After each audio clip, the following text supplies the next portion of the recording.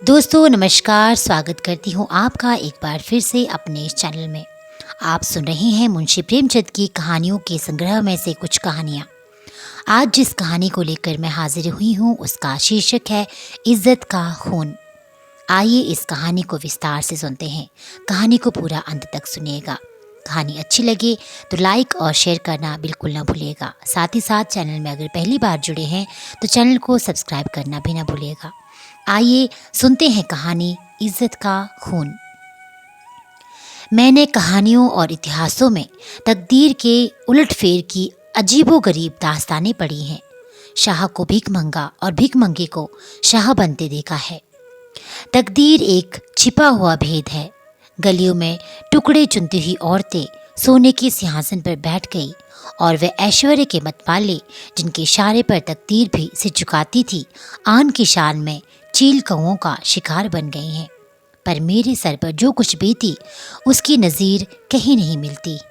आह, उन घटनाओं को आज याद करती हूँ तो रोंगटे खड़े हो जाते हैं और हैरत होती है कि अब तक मैं क्यों और क्यों कर जिंदा हूँ।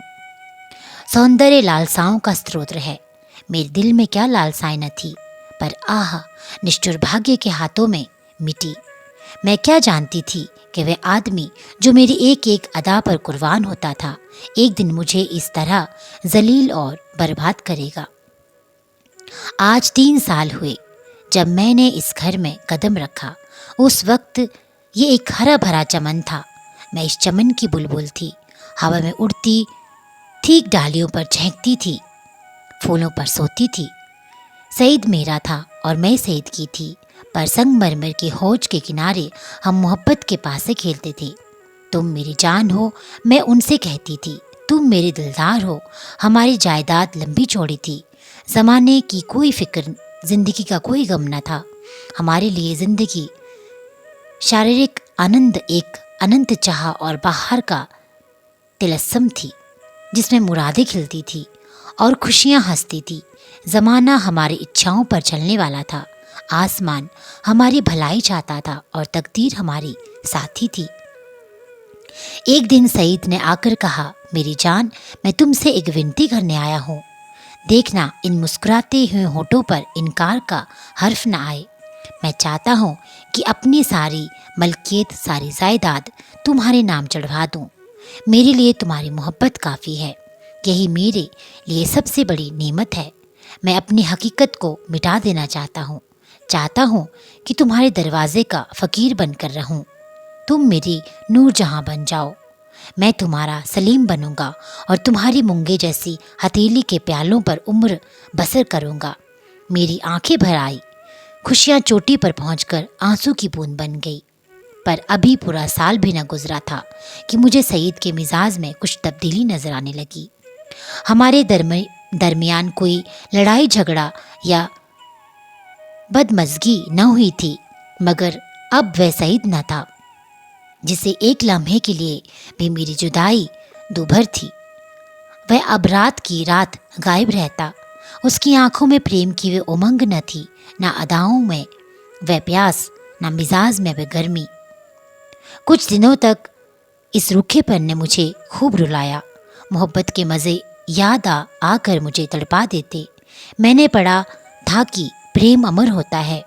क्या ये स्रोत इतनी जल्दी सूख गया? आह नहीं, वह अब किसी दूसरे चमन को आबाद करता था। आखिर मैं भी सैयद की आंखें चुराने लगी, बेदिली से, सिर्फ इसलिए अब मुझे उससे आंखें मिलाने की ताव न थी। उसे देखते ही मोहब्बत के हजारों करिश्मे नज़ारों के सामने आ जाते और आंखें भर आती। मेरा दिल अब भी उसकी तरफ खींचता था। कभी कभी बेअख्तियार जी चाहता कि उसके पैरों पर गिरूं और कहूं, मेरे दिल भर ये बेरहमी क्यों? क्या तुमने मुझसे मुंह फेर लिया है? मुझसे क्या खता हुई? लेकिन इस स्वाभिमान का बुरा हो जो दीवार बनकर रास्ते में खड़ा हो जाता। यहाँ तक कि धीरे धीरे दिल में भी मोहब्बत का जगह हसद ने ले ली। निराशा के धैर्य ने दिल को तस्कीन दी। मेरे लिए सईद अब बीते हुए बसंत का एक भूला हुआ गीत था। दिल की गर्मी ठंडी हो गई। प्रेम का दीपक बुझ गया। यही नहीं, उसकी इज्जत भी मेरे दिल से रुस्खत हो गई। जिस आदमी के प्रेम के पवित्र मंदिर में मैल भरा हुआ हो, मैं हरगिज इस योग्य नहीं कि मैं उसके लिए घुलूं और मरूं। एक रोज शाम के वक्त मैं अपने कमरे में पलंग पर पड़ी एक किस्सा पढ़ रही थी। तभी अचानक एक सुंदर स्त्री मेरे कमरे में आई। ऐसा मालूम हुआ कि जैसे कमरा जगमगा उठा। रूप की ज्योति ने दरो दीवार को रोशन कर दिया। उसकी अलंकृत शोभा, उसका खिला हुआ फूल जैसा लुभावना चेहरा, उसकी नशीली मिठास, किसी तारीफ करूं। मुझ पर एक रौब सा छा गया। मेरा रूप का घमंड धूल में मिल गया। मैं आश्चर्य में थी कि कौन रमणी है और यहाँ क्यों कर आई है। बेअख्तियार उठी कि उससे मिलूं और पूछूं कि सैयद भी मुस्कुराता हुआ कमरे में आया। मैं समझ गई कि ये रमणी उसकी प्रेमिका है। मेरा गर्व जाग गया। मैं उठी जरूर, पर शान से गर्दन उठाए हुए। आंखों में हुस्न के रूप की जगह घृणा का भाव आ बैठा। मेरी आंखों में अब उस रमणी रूप की देवी नहीं, डसने वाली नागिन थी। मैं फिर चारपाई पर बैठ गई और किताब खोलकर सामने रख ली। वह रमणी एक क्षण तक खड़ी मेरी तस्वीरों को देखती रही। कमरे से निकली। चलते वक्त उसने एक बार मेरी तरफ देखा। उसकी आंखों से अंगारे निकल रहे थे, जिनकी किरणों में हिंस प्रतिशोध की लाली झलक रही थी। मेरे दिल में सवाल पैदा हुआ, सईद इसे यहाँ क्यों लाया? क्या मेरा घमंड तोड़ने के लिए? जायदाद पर मेरा नाम था, पर वह केवल एक भ्रम था। उस पर अधिकार पूरी तरह सैयद का था। नौकर भी उसी को अपना मालिक समझते थे और अक्सर मेरे साथ ढिठाई से पेश आते थे। मैं सब्र के साथ जिंदगी के दिन काट रही थी। जब दिल में उमंगे न रही हो तो पीड़ा क्यों होती? सावन का महीना था। काली छटा छाई हुई थी और रिमझिम बूंदें पड़ रही थी। बगीचे पर हसद का अंधेरा और सियाह दरख्तों पर जुगनुओं की चमक ऐसी मालूम होती थी जैसे कि उनके मुंह से चिंगारियां जैसे आहें निकल रही हैं। मैं देर तक हसद का ये तमाशा देखती रही। कीड़े एक साथ चमकते थे और एक साथ बुझ जाते थे। गुआ रोशनी की बाड़ें छूट रही थी। मुझे भी झूला झूलने और गाने का शौक हुआ। मौसम की हालतें हसद के मारे हुए दिलों पर भारी हुई जादू कर रही थी। बगीचे में एक गोल बंगला था। मैं उसमें आई और बरामदे की एक कड़ी में झूला डलवा कर झूलने लगी। मुझे आज मालूम हुआ कि निराशा में भी एक आध्यात्मिक आनंद होता है, जिसकी हाल उसको नहीं मालूम, जिसकी इच्छाएं पूर्ण हुए। मैं चाव से मल्हार गान लगी। सावन बिरहा और शोक का महीना है। गीत में एक वियोगी हृदय की गाथा की कथा ऐसे दर्द भरे शब्दों को बयान की गई थी कि बरबस आंखों से आंसू टपकने लगी। इतने में बाहर से एक लालटेन की रोशनी नजर आई। सैयद दोनों चले आ रहे थे। हसीना ने मेरे पास आकर कहा, आज यहाँ नाच रंग की महफिल सजेगी और शराब की दौर चलेंगे। मैंने घृणा से कहा, मुबारक हो। हसीना, 12 मासे और महार गीत उड़ेगी साजिंदे आ रहे हैं। मैं शौक से, हसीना, तुम्हारा सीना हसद से चाक हो जाएगा। सईद ने मुझसे कहा, जुबैदा, तुम अपने कमरे में चली रही जाओ, ये वक्त आपे में नहीं है। हसीना ने मेरी तरफ लाल लाल आंखों को निकालकर कहा, मैं तुम्हें अपने पैरों की धूल के बराबर भी नहीं समझती। मुझे फिर जब्त न रहा, अकड़ कर बोली, और मैं क्या समझाती हूँ? एक कुतिया दूसरे की उगली हुई हड्डियां चिचोड़ती फिरती है। अब सईद के भी तेवर बदले तेरी तरफ, और वो मेरी तरफ भयानक आंखें करके देख कर बोलने लगी, जुबैदा, तुम्हारे सर पर शैतान तो नहीं सवार है? सईद का ये जुमला मेरे जिगर में चुभ गया। तड़प उठी। जिन होठों से हमेशा मोहब्बत और प्यार की बातें सुनी हो, उन्हीं से ये जहर निकले और बिल्कुल बेकसूर। क्या मैं ऐसी नाचीज और हकीर हो गई हूँ कि एक बाजारू औरत भी मुझे छेड़कर गालियाँ दे सकती है और मेरा जबान खोलना मना? मेरे दिल में साल भर से जो बुखार हो रहा था वह उछल पड़ा। मैं झूले पर से उतर पड़ी और सैयद की तरफ शिकायता भरी निगाहों से देखकर बोली, शैतान मेरे सर पर सवार हो या तुम्हारे सर पर, इसका फैसला तुम खुद कर सकते हो। सईद, मैं तुमको अब तक शरीफ और गैरत वाला समझती थी, तुम खुद कर सकते हो। बेवफाई की इस मलाला मुझे ज़रूर था, मगर मेरे सपनों में भी ये न सोचा था कि तुम गैरत से इतने खाली हो कि हया फरोश औरत के पीछे मुझे इस तरह जलील करोगे। इसका बदला तुम्हें खुदा से मिलेगा। हसीना ने तेज होकर कहा, तू मुझे हया फरोश कहती है? मैं बेशक कहती हूँ सैयद, और मैं बेगैरत हूँ। मैं बेशक बेगैरत नहीं तो मक्कार, पापी, सब कुछ। ये अल्फाज बहुत घिनवाने हैं, लेकिन मेरे गुस्से के इजहार के लिए काफ़ी नहीं।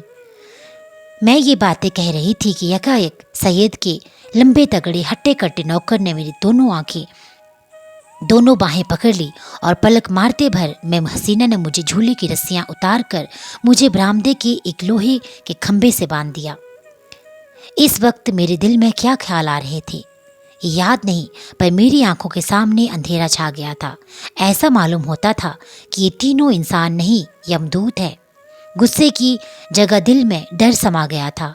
इस वक्त अगर कोई रौबी ताकत मेरे बंधनों को काट देती, मेरे हाथों में आबदार खंजर दे देती, तो भी जमीन पर बैठकर अपनी जिल्लत और बेकसी पर आंसू बहाने के सिवा और कुछ न कर सकती। मेरे ख्याल अतिथि की शायद मुझे ख्याल आता था कि शायद खुदा की तरफ से मुझ पर ये कहर नाजिल हुआ है। शायद मेरी बेनमाजी और बेदीनी की ये सज़ा मिल रही है। मैं अपनी पिछली ज़िंदगी पर निगाह डाल रही थी कि मुझसे कौन सी गलती हुई हो जिसकी ये सज़ा मुझे मिली है। मुझे इस हालत में छोड़कर तीनों सूरतें कमरे में चली गई। मैंने समझा मेरी सज़ा ख़त्म हुई, लेकिन क्या ये सबको मुझे यूं ही बंधा रखेंगे? लौंडिया मुझे इस हालत में देख ले तो क्या कहे? नहीं, इस घर में रहने की काबिल ही नहीं। मैं सोच रही थी कि रस्सियाँ क्यों कर खोलूं, मगर अफसोस मुझे न मालूम था कि अभी तक जो मेरी गति हुई है वे आने वाली बेरहमियों का सिर्फ बयाना है। मैं अब तक न जानती थी कि वह छोटा आदमी कितना बेरहम, कितना कातिल है। मैं अपने दिल से बहस कर ही रही थी कि अपनी इस जिल्लत पर मुझे कहाँ तक, और अगर मैं हसीना की उन दिल जलाने वाली बातों को जवाब न देती तो ये क्या नौबत न आती और ज़रूर आती।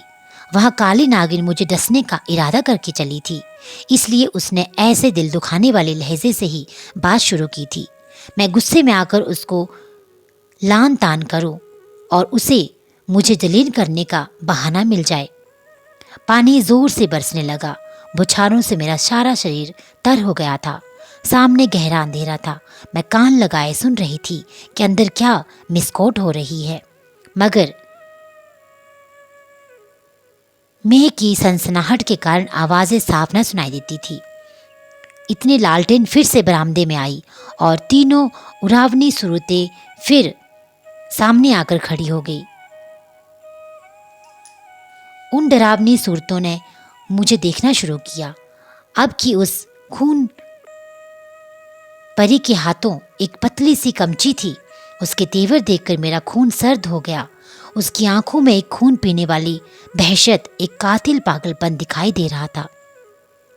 मेरी तरफ शरारत भरी नजरों से देखकर बोली, बेगम साहिबा, मैं तुम्हारी बदजनाबियों का ऐसा सबक देना चाहती हूँ जो तुम्हें सारी उम्र याद रहे।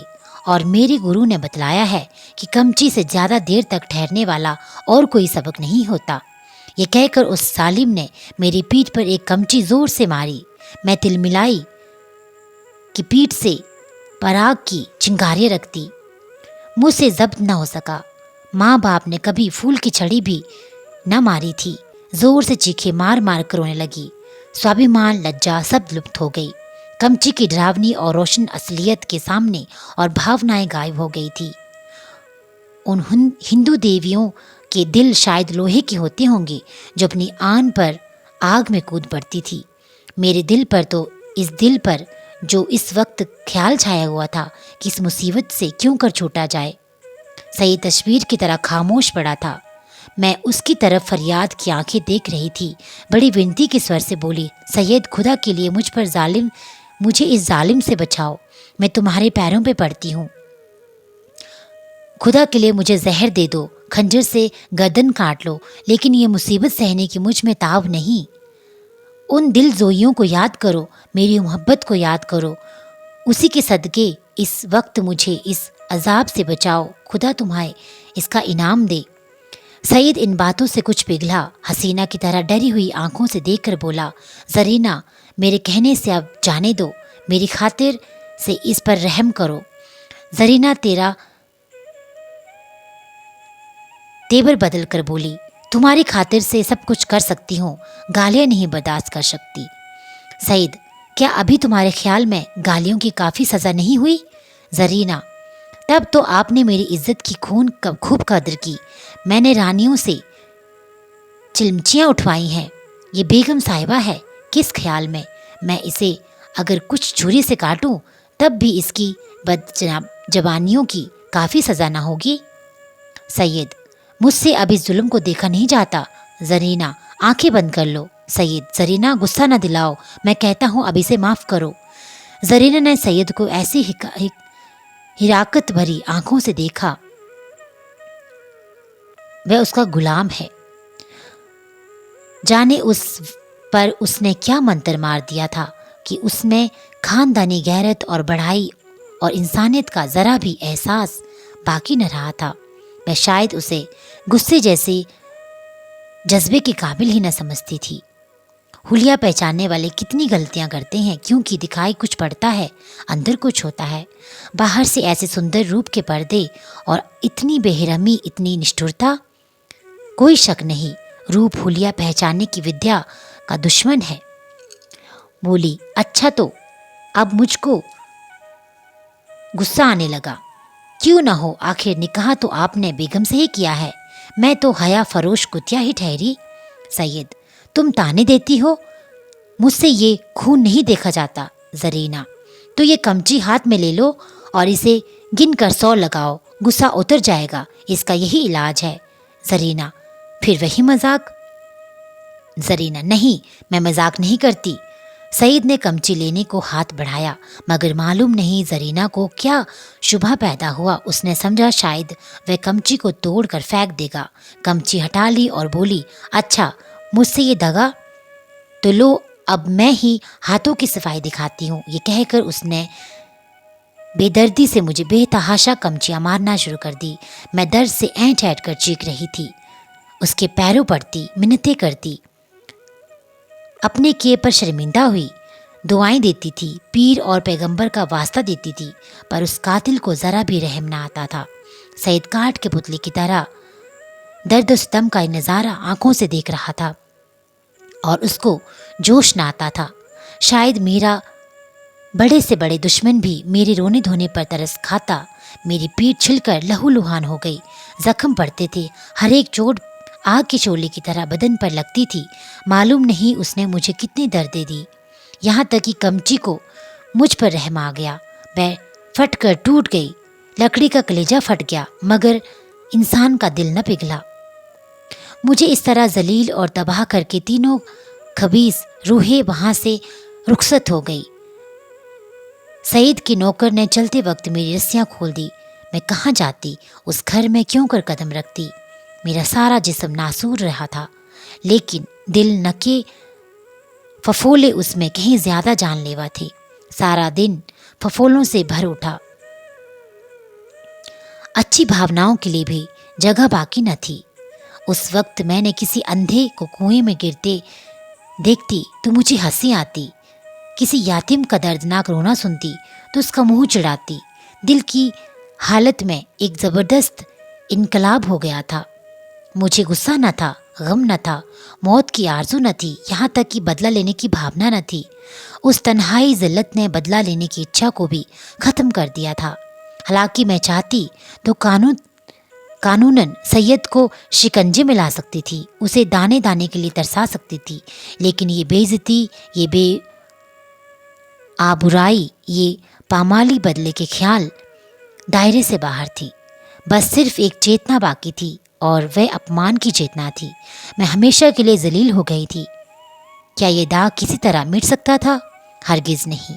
हाँ, वह छिपाया जा सकता था और उसकी एक ही सूरत थी कि जिल्लत के काले गड्ढे में गिर पड़ूं, ताकि सारे कपड़ों की स्याही इस स्याह दाग को छिपा दे।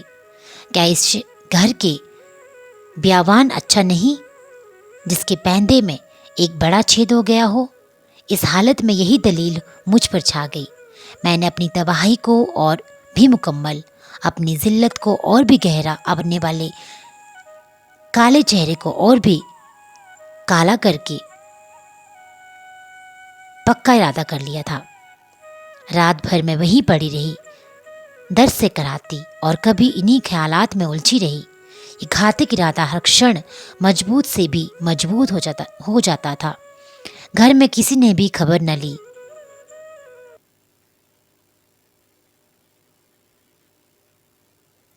मैं बगीचे से बाहर निकल आई। मालूम नहीं मेरी लाश शर्म कहाँ गायब हो गई थी। जो शख्स समुद्र में गोते खा चुका हो, उसे ताले तलिए का क्या डर। मैं जो दरो दीवार से शर्माती थी, इस वक्त शहर की गलियों में बेधड़क चली जा रही थी। चोर कहाँ? वहीं जहाँ जिल्लत की कद्र है, जहाँ किसी पर कोई हंसने वाला नहीं, जहाँ बदनामी का बाजार सजा हुआ है, जहाँ हया बिकती है और शर्म लुटती है। इसके तीसरे दिन रूप की मंडी के एक अच्छे हिस्से में एक ऊंचे कोठे पर बैठी हुई मैं उस मंडी की सैर कर रही थी। शाम का वक्त था। नीचे सड़क पर आदमियों की ऐसी भीड़ थी कि कंधे से कंधा छिलता था। आज सावन का मेला था। लोग साफ सुथरे कपड़े पहने कतार की कतार दरिया की तरफ जा रहे थे। हमारे बाजार की बेशकीमती जीन्स भी आज नदी के किनारे सजी हुई थी। कहीं हसीनों के झूले थे, कहीं सावन की मीत, लेकिन मुझे इस बाजार की सैर दरिया के किनारे से ज़्यादा पुरलुफ्त मालूम होती थी। ऐसा मालूम होता था कि शहर की और सब सड़कें बंद हो गई हैं, सिर्फ यही तंग गली खुली हुई है और सबकी निगाहें कोठों की ही तरफ लगी थी।